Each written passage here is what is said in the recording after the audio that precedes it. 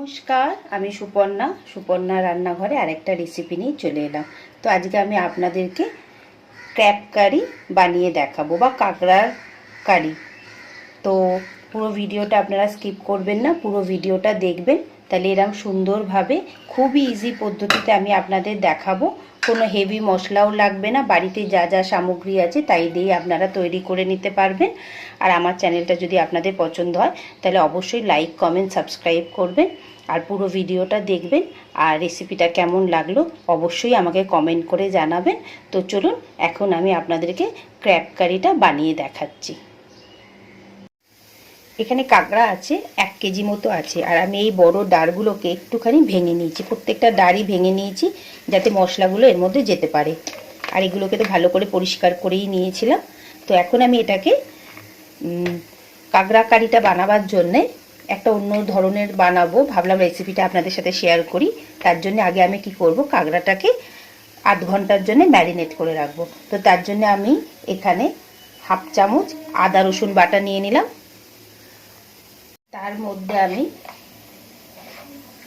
1 চামচ মতো হলুদ গুঁড়ো দিয়ে দিচ্ছি,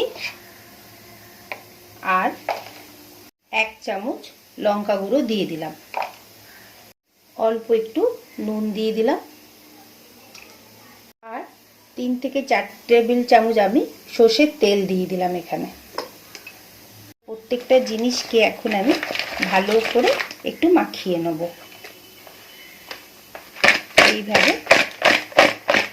এইভাবে প্রত্যেকটা জিনিসকে আমি এখন মাখিয়ে নিয়ে এটাকে এখন আধ ঘন্টার জন্য ম্যারিনেট করে রেখে দেবো।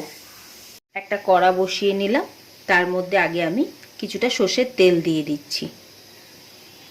তেলের মধ্যে আমি 2টো তেজপাতা দিয়ে দিলাম, আর একটু ডালচিনি, একটু ছোট এলাচ আর কটা লবঙ্গ দিয়ে দিলাম, আর আমি 3টে শুকনো লঙ্কা ফোড়নের জন্য দিয়ে দিলাম। এবার এগুলোকে ভালো করে একটু অ্যারোমাটা যতক্ষণ না বেরোবে ততক্ষণ তেলটাতে থাকবে। এবার আমি 2টো মিডিয়াম সাইজের পেঁয়াজকে একদম কুচো কুচো করে কেটে নিয়েছি, সেটা এখন এটার মধ্যে দিয়ে দিচ্ছি।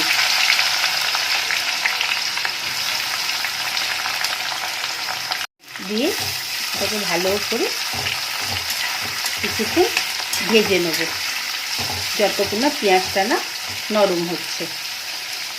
অল্প করে একটু নুন দিয়ে দিলাম যাতে একটু তাড়াতাড়ি পেঁয়াজটা নরম হয়ে যায়।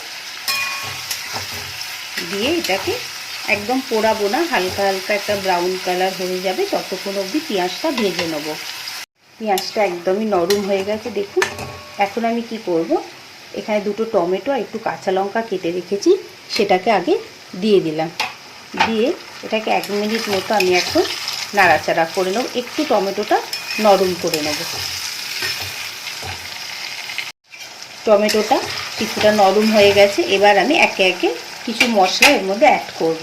প্রথমেই আমি দিয়ে দিচ্ছি 1/2 চামচ আদা রসুনের পেস্ট, দিয়ে এটাকে একটুখানি নাড়াচাড়া করে নিলাম আগে। আর গ্যাসের ফ্লেমটা এখন আমি মিডিয়ামে করে রেখেছি। এবার আমি 1/2 চামচ হলুদ দিয়ে দিলাম, 1 চামচ লঙ্কা গুঁড়ো দিয়ে দিচ্ছি, ঝালটা আপনারা আপনাদের প্রয়োজন মতো দেবেন। আর 1 চামচের একটু বেশি কাশ্মীরি লঙ্কা দিয়ে দিলাম, 1/2 চামচ জিরে গুঁড়ো দিয়ে দিচ্ছি, 1 চামচ আমি এখানে ধনে গুঁড়ো দিয়ে দিলাম। প্রত্যেকটা মশলাকে ভালো করে কষে নেব। গ্যাসের ফ্লেমটা এখন আমি সিমে করেই রেখেছি, কারণ এটাকে আস্তে আস্তে কষবো যতক্ষণ না এর থেকে তেলটা না বেরিয়ে আসছে আর এর মশলার কাঁচা গন্ধটা যতক্ষণ না যাচ্ছে।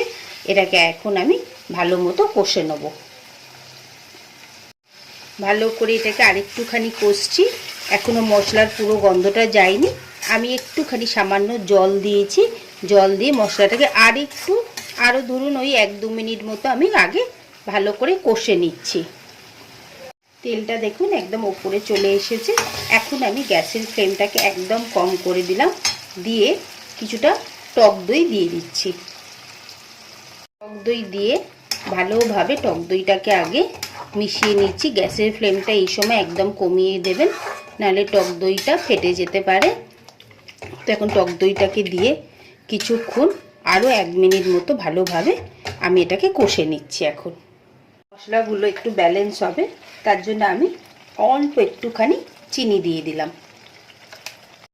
ভালো করে মিক্স করে দিলাম। দেখুন একদম তেলটা ছেড়ে দিয়েছে।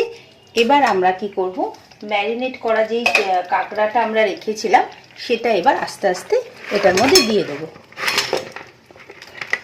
এবারে প্রত্যেকটা জিনিসকে ভালো করে এখন আমি মিক্স করে নেব। গ্যাসের ফ্লেমটাকে একটু বাড়িয়ে দিয়েছি। আস্তে আস্তে এইভাবে পুরো জিনিসটাকে আমি এখন মিক্স করে দিচ্ছি। ভালো করে মিক্স করে দিয়েছি। দিয়ে আমি এখন গ্যাসের ফ্লেমটাকে একদম কমিয়ে দেবো। দিয়ে এটাকে এখন ঢাকা দিয়ে দেবো। ঢাকা দিয়ে এটাকে এখন মাঝে মাঝে আস্তে আস্তে এটা হবে। মাঝে মাঝে আমি ঢাকনাটা খুলে খুলে একবার করে নাড়াচাড়া করে দেবো। 2 মিনিট মতো হয়ে গেছে। একবার আমরা চেক করে নিই। কাঁকড়াটা গন্ধটা তো খুবই সুন্দর বেরোচ্ছে। আর একটুখানি হবে, এখনো হয়নি, পুরোপুরি তেলটা বেরোয়নি। আর আপনারা যদি একটু গ্রেভি বেশি রাখতে চান তাহলে আর একটু জল এই সময় আপনারা দিয়ে দিতে পারেন। তো এটাকে আরেকবার ভালো করে নাড়াচাড়া করে দিলাম। দিয়ে এখন এটাকে আবার আমি ঢাকা দিয়ে আরও 2-3 মিনিট মতো, বেশি 5 মিনিট মতো আমি রেখে দিচ্ছি। কাঁকড়া কারিটা একদম রেডি হয়ে গেল। আমি ওপর থেকে অল্প একটু ধনেপাতা দিয়ে দিচ্ছি। দিলে আরও একটু সুন্দর টেস্ট আসে। অবশ্যই আপনারা বাড়িতে এটা ট্রাই করবেন। আর কেমন লাগলো রেসিপিটা আমাকে কমেন্ট করে জানাবেন। আর আমার চ্যানেলটা যদি আপনাদের পছন্দ হয় তাহলে অবশ্যই লাইক, কমেন্ট, সাবস্ক্রাইব করবেন।